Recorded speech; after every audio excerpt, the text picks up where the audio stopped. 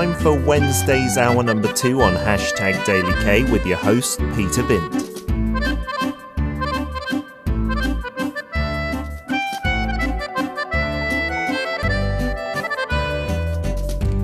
Korean dramas, movies, and even lyrics. Why is the world paying attention to Korean stories? From classics to modern masterpieces, time to dig deep into the charms of Korean literature. On Check It Out with Paul.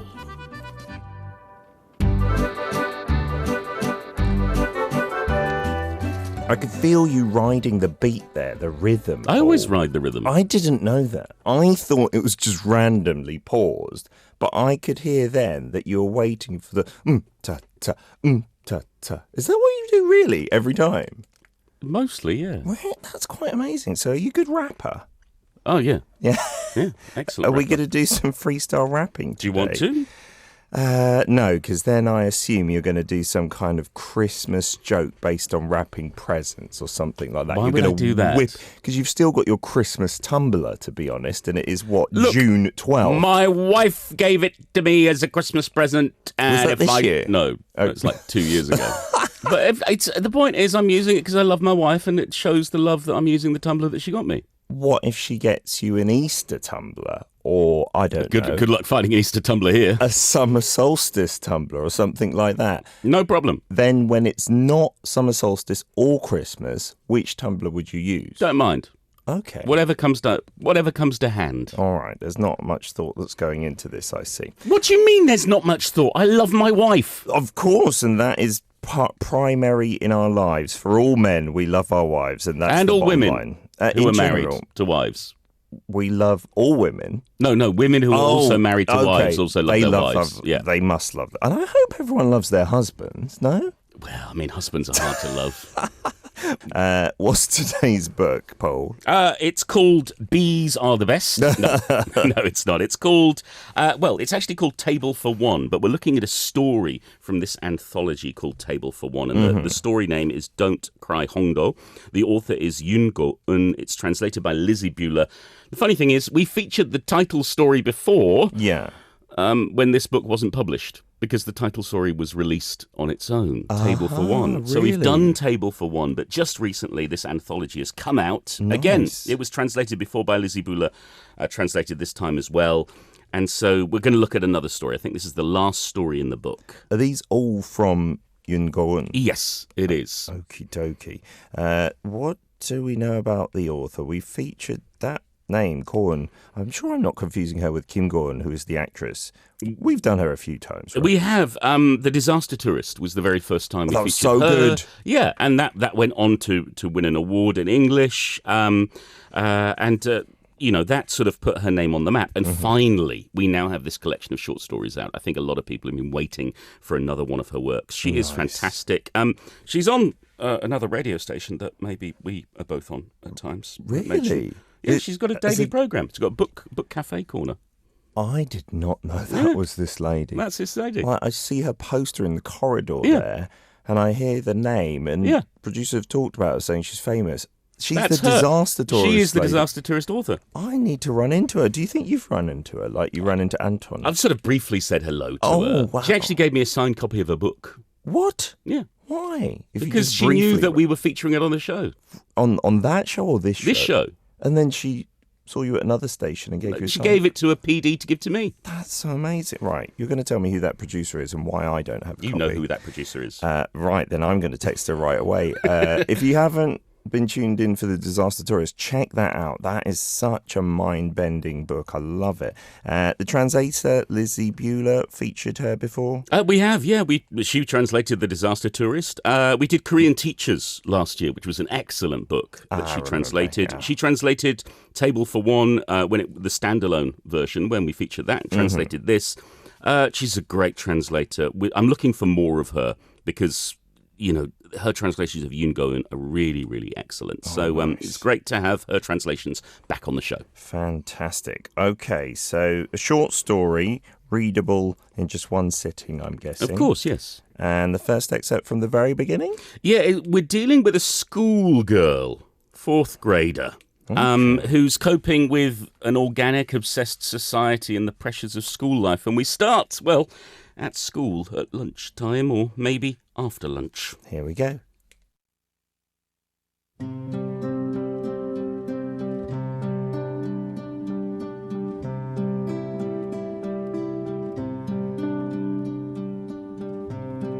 I joined the other hungry fourth graders, lined up like links of sausage as we awaited our release from prison. Our name tags identified us by grade, then class, then student number. 40510, 40728, 40834, 40938, 40821, 40118, 41112, 40231, 40106, 40513, 40224, 40916, 40134, 40618, 40129, 40827, 40418, 40228, 40332, 40511. We took off the tags and put them in a bag. Beyond the school gates, there was no need to reveal that I was in grade 4, class 5, number 11, 40511. The dried fish fillets roasting over a food stall's hot fire on this warm spring afternoon were so fresh they looked like they might rise from the dead days after being cooked. The lettuce in my hamburger crinkled like cellophane. Children crossed through the school's front gate with rolling backpacks as high as their hips. They dropped their bags and headed to the sugar candy stand, where golden brown sugary discs were stamped with shapes like stars and hearts. Children took turns making their own candy, their wrists twirling nimbly as they stirred cups of melted sugar. It wasn't so much cooking as it was dancing, less dancing than it was spinning a top. The whirlpool swirling inside the ladle made a black hole, and the day melted into it. Holding the ladle over a flame was as quietly thrilling as using a magnifying glass to burn textbooks in the sun. The kids at the cotton candy stand next to the sugar candy opened their mouths wide like the black hole inside the ladle. They crammed cotton candy into their muzzles, pulling it off the stick like they were gnawing on beef ribs. Other students slurped down blood-red slushies. Like marathon runners guzzling water, the kids quenched their thirst with sugar ice. "Excuse me, this is junk food, right?" I asked. The cotton candy seller glanced at me before pulling a large sack of sugar from below his motorcycle. The sugar looked like a sandbag. Organic, sustainable, chemical-free sugar. "So it isn't junk food?" "Have you ever seen junk food made with organic sugar?" he demanded. "It's not junk food?" I asked again. "But it is, isn't it?" "No, it's junk food, right?" "I said it's organic sugar. Haven't you heard of clean eating? If you're not going to buy anything, go away. Stop blocking the street." It's not a good selling point to insist that cotton candy is clean eating. For me, junk food was worth buying. But what was the point if it was healthy? My home was already filled with wholesome things to eat. In April, just after fourth grade started, a love of all things organic had begun to spread like a virus. It rushed past the gates of my school at a frightening speed and soon turned the entire campus into an organic meadow. Thanks to the wind blowing its organic gusts, we kids became hosts to a parasite we called organic.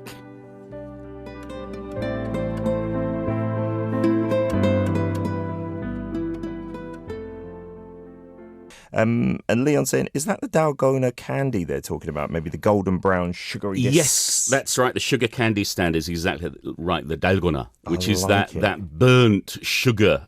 These what's the best way of describing them? Like sugar plates. Yeah, that snap and crackle. Famous from Squid Game, if you've watched that, of course. Tigrish saying, yum, sugar ice. And organic sugar is still junk food, for sure. Leon saying, junk food that is supposedly healthier? What's the point of eating it then? Junk food is supposed to be sinful. And that seems to be the girl's... This is what Hongdo thinks. So when she was saying, wanting to corner him and say, it's junk food, right? I thought she was being critical, but she wanted the answer. She wants the dirty junk food. That's so intriguing, isn't it? Well, she's fed up with it. It's like kids need bad things sometimes. I'm sure you know with Gio and Ellie. Yeah. That they're not going to just eat salad day after day after day. They want a little bit of ice cream, a little bit of candy or chocolate. And they want to hear, I think, subconsciously. It's bad for you. Yeah. Don't eat it. Exactly. That's so weird because sometimes I'll say, oh, this isn't as bad for you. And it's something they've really liked in the past. Then they'll go off it. Yeah. It's why donuts and French fries are so delicious. Yeah, and so she's getting rabbit food at home, basically. Oh. And rabbit food at school. And she just wants to get that sugar or salt fix after she's come out of class. And things with her mum are not going well. Her mum's just obsessed with getting all the right ingredients and making sure her daughter is fed well rather than making sure her daughter is actually just well in general. Okay. Plus, her father's gone. He passed away from cancer, and so she's missing him. Okay. She's got a friend, Jinu, who comforts her in a sort of a way, as the little boys do. Yeah.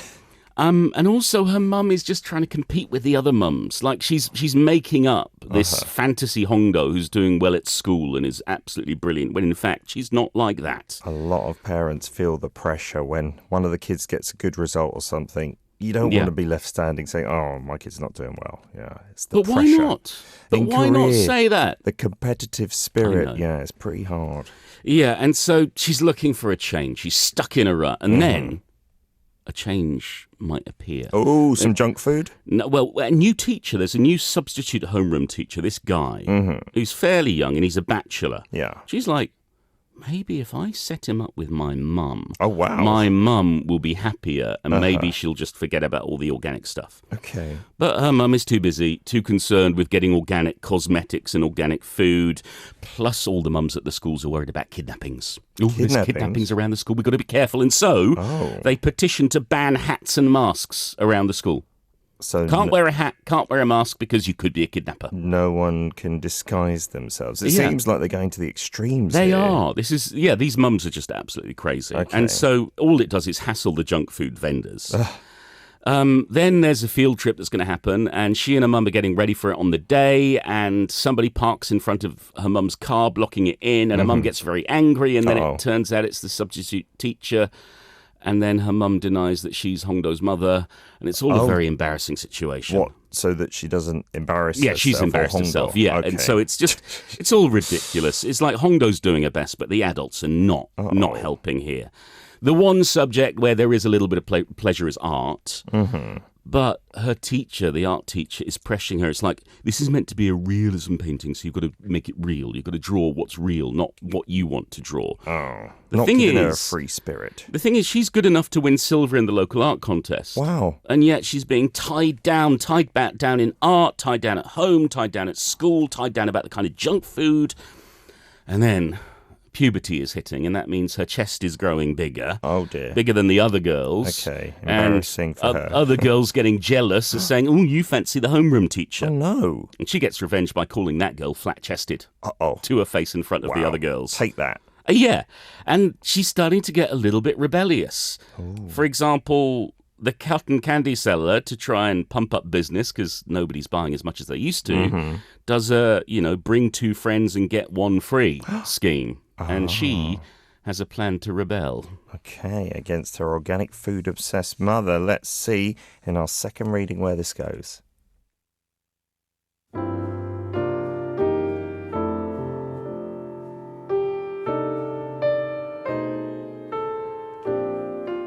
When I got home, the organic club mums were using my house as a hideout, holding an organic strategy meeting there.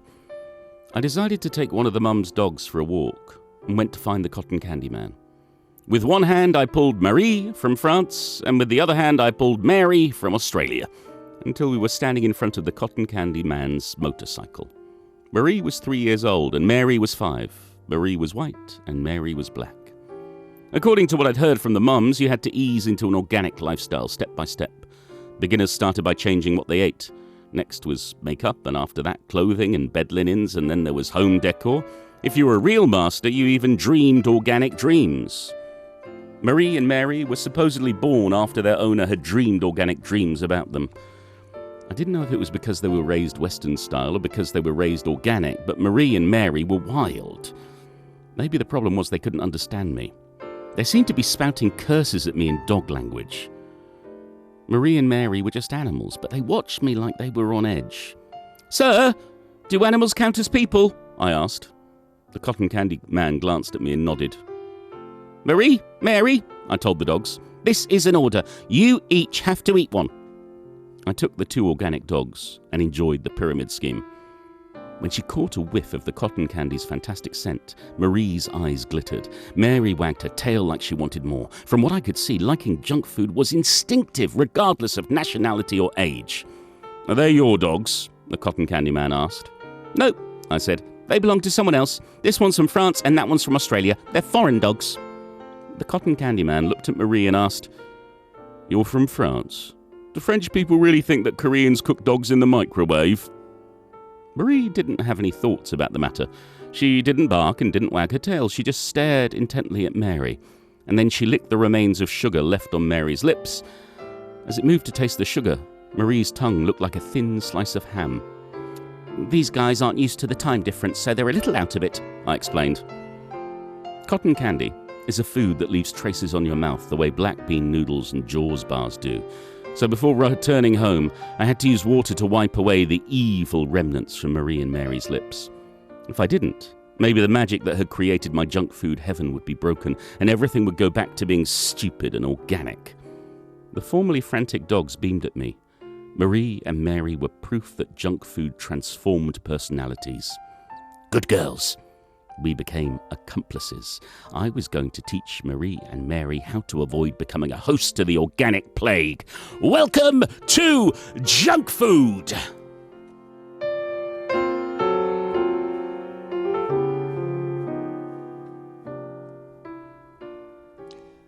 Siska, I think, joining us late, saying, so this is a story about the cotton candy man. Well, I guess he's playing a quite integral role. He does play a significant role in it. But no, it's about Hongdo, this main character, this little girl in middle school, who's just fed up with the pressure of society. So the message is not, yeah, let's all binge out on junk food, but maybe we do need a release from time to time. We shouldn't be so obsessed with one aspect. Certainly she does. Yeah. When kids get too confined, be it at school or at home, it's only natural that they want to rebel, that they want to sort of break out of this constricting pattern that they're in. Yeah, so she's not like going completely off the rails. No. She's just feeding dogs a bit of cotton. Well, I'm not sure. Do cotton candy like really badly affect dogs? Marie They're and okay? Mary liked it. Yeah? They're fine. Okay. I mean, they're French and Australian. Who's going to know? That's a whole funny conversation about that with the time difference and it's stuff. Great. It's just humorous, right? Yeah, it's lovely. That's why one of the reasons I picked this story. I think it's just so cute and silly at times, with also a really good message underneath it. Yeah. And so she's just feeling the pressure, and she needs these moments of release. She also dreams of getting kidnapped. Wonders what that might be like, to escape this life. And fed up with all the mothers interfering with school life. But then her plan gets smashed. Her mother is not going to be marrying the substitute teacher. Why not? Because he's dating the art teacher. Oh. And she gets very upset with him. She wants to hate him, but it's very difficult because she does like him. Okay. And things come to a head with another art competition. The kids are told, okay, we want you to paint the school. Uh-huh. This is a competition. Which school has the best painting of their school? Wow. And so, she paints a fantastic picture with all the junk food sellers and the flashers and the kidnappers. And the art teacher's like, no, you need to make it more Gangnam style. Oh, this sounds really like a critical pointing of fingers at parents in Gangnam. Yeah, but this is not in Gangnam. This is in Hanam. Okay. In Hanam, in Wire. Okay. In Songpa around but it there. needs to be more Gangnam style. Yeah, not like, it needs to be flashier. We need to represent the school properly. So she's like, fine, okay, I'll paint them out. And so she paints over the junk food sellers, she paints over the flashers and the kidnappers, paints it all black apart from the school gate. And then she has a meltdown. No. She daydreams again of being kidnapped, and the homeroom teacher discovers her basically in this meltdown. She's very embarrassed. And then the day comes that the substitute homeroom teacher has to say goodbye. He's leaving, he's moving on, and he hugs each kid goodbye, and he gives them each a message. And oh, that's lovely. And it's her turn, and she's feeling strange and nervous, and it feels like she needs to go to the toilet. She's got an upset stomach. Uh-oh. And when he hugs her and speaks to her, she completely misses what he said to her because she was just sort of focusing on herself in that moment. And she finds out from the flat-chested student who teased her before what he said. Uh-oh. Not in a nice way, though. I don't think so. Okay, we'll find out in part 3.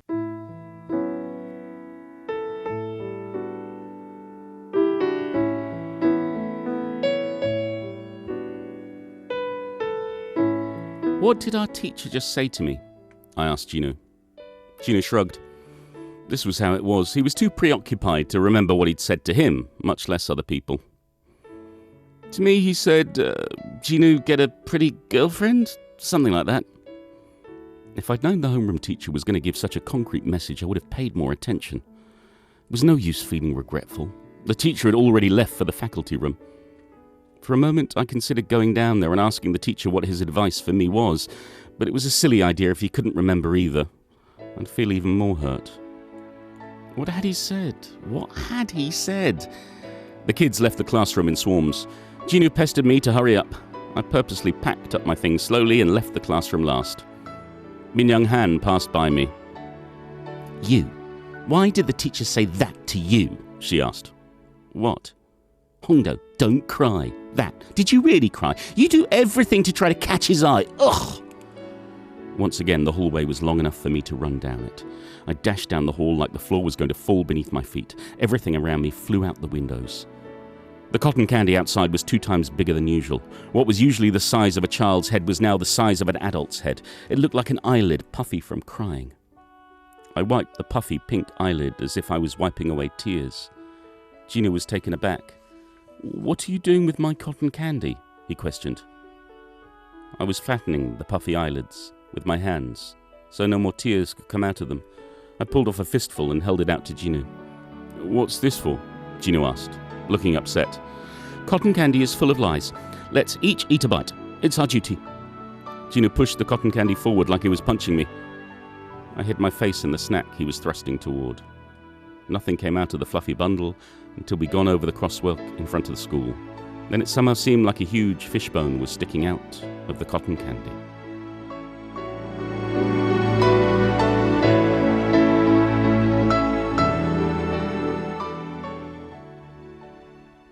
This is the end of the short story? Yeah. I'm a bit confused. I'm a bit confused with the message. Hongdo, don't cry. I'm a bit confused with her reaction. And this last bit as well. The message, Hongdo, don't cry, is the teacher sees her pain. The teacher sees how stressed and upset and pressured she is. And the teacher, like all good teachers, actually cares about his students. Okay. But she doesn't want to show weakness. And this is the terrible thing about school, I think especially here in Korea, is that your parents are like, you better not show weakness. They don't say it in those words, sure. But there's like, oh no, you've got to do your best, you've got to get good grades, don't cry in school, don't show your parents up. Yeah. All this kind of stuff. There is that societal pressure, isn't there? And so this story is so good at capturing how hard it can be for middle schoolers. You know, I think elementary school is not too bad. I think when you're in elementary school, at least in the early stages of elementary school, you don't have that knowledge of the outside world so much. No, there's a big innocence there, isn't there? Yeah, but when you get into middle school, it's a lot harder. And, you know, you're an old man, Peter. I am. And I don't know, do you remember how raw and emotional your teenage years were? I think I was very lucky to go to a boys' school, because if I had to worry about the opposite sex during puberty, I think I would have had an absolute nightmare. Like, I really see that as a blessing for me. Okay, well, I disagree. I went to a mixed school and that was not a problem. Really? Yeah, I had some very good girlfriends. Not girlfriends, but girls who were friends. Been stressing, because I was very spotty, you know, and like when you first get facial hair and things like this, if there were girls that I was interested in, I think I would have hid in the toilet like all day long crying, thinking, what's happening to me? Okay, so they were raw and emotional then. Absolutely, yeah. But it's a really good story in that it reflects what kids go through. And I think it's what kids went through perhaps when Yun Ko-eun was a kid and when we were kids, but also for kids now. For Gio and Ellie and other kids when they get to middle school, it's going to be hard.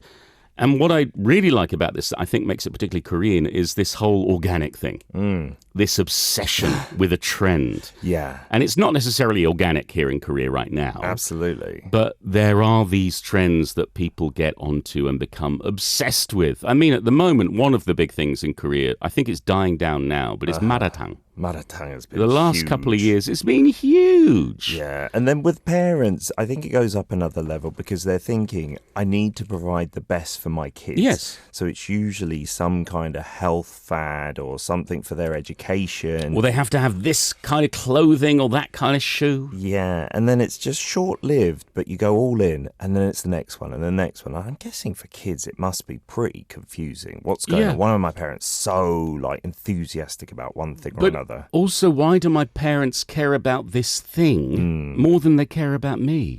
Because at the end of the day, I think it's not true that the parents don't care about the child. No, not at all. But from the child's point of view, they're like, well, you're just obsessed with organic. Yeah. And I'm sitting here and telling you I don't want another salad, but you're telling me to eat it. Why aren't you listening to me, Mum and Dad? Yeah, sometimes I'm guilty of that. Like with Ellie, she's not a great eater.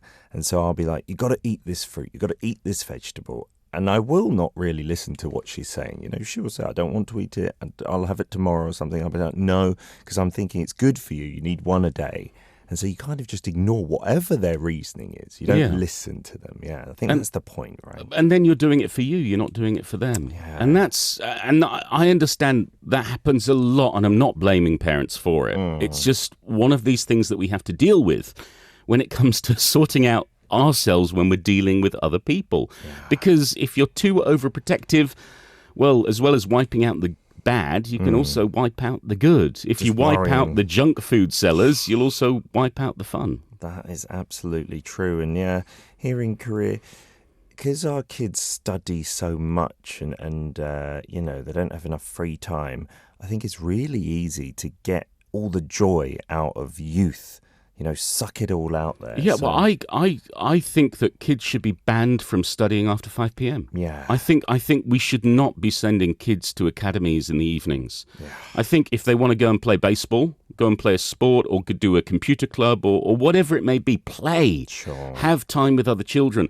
This obsession with studying is really, really dangerous in Korea. It's so stressful, yeah. Yeah, and it's not going to produce good adults. It's going to produce adults who are stressed. Absolutely, yeah. Oh, this is like hitting me in the feels as a parent, thinking, have I been taking too much joy out of my kids' lives? Don't cry, Ellie. To be honest, don't cry, Gio. They eat a lot of junk food. That's one thing I think I need to be more strict on. But yeah, and that's fair enough. Everything in moderation. Yeah. But yeah, this is a really good story for parents because it's a good reminder that we need to listen to our children. It doesn't mean they're right, but we do need to listen to them. Yeah, Tigger is saying, throughout my life, I've always been an outsider. It's easy to see how people follow trends because it was the in thing to do. Parents are totally guilty of that as well. I'm sure not just in Korea too. Oh, yeah, sure. But here in Korea, because, you know, this is a Korean author and because you're a Korean parent, I think it's a lot clearer to us. Absolutely. Your one-line review, please. An impactful and funny tale with a big heart to it. Yeah, I think Hongdo's got a big heart. The teacher as well. Love that. Next week's book? Oh, we've got a fun one. The New Seoul Park Jelly Massacre by Cho-Yeon, translated by Ye Won-jung. It's a speculative fiction novel. Wow, a jelly massacre. Thank you so much, Paul, for your wonderful readings today. Thanks to everyone. Thanks to LTI Korea for the help with copyright permission as always. Thanks to Yun Ko-eun for brilliant writing and Lizzie Buehler, for excellent translation. Am I allowed back next week? Can I be live next week? You will be in the studio. Wow. We'll shine the video. That'll be a change. Promise. Thank you so much. This was not my choice. This was not my choice. We are silencing Paul. It's been your daily dose of career. #DailyK out. You can listen to Check It Out with Paul Matthews on Arirang Radio's #DailyK every Wednesday from 10 a.m. KST.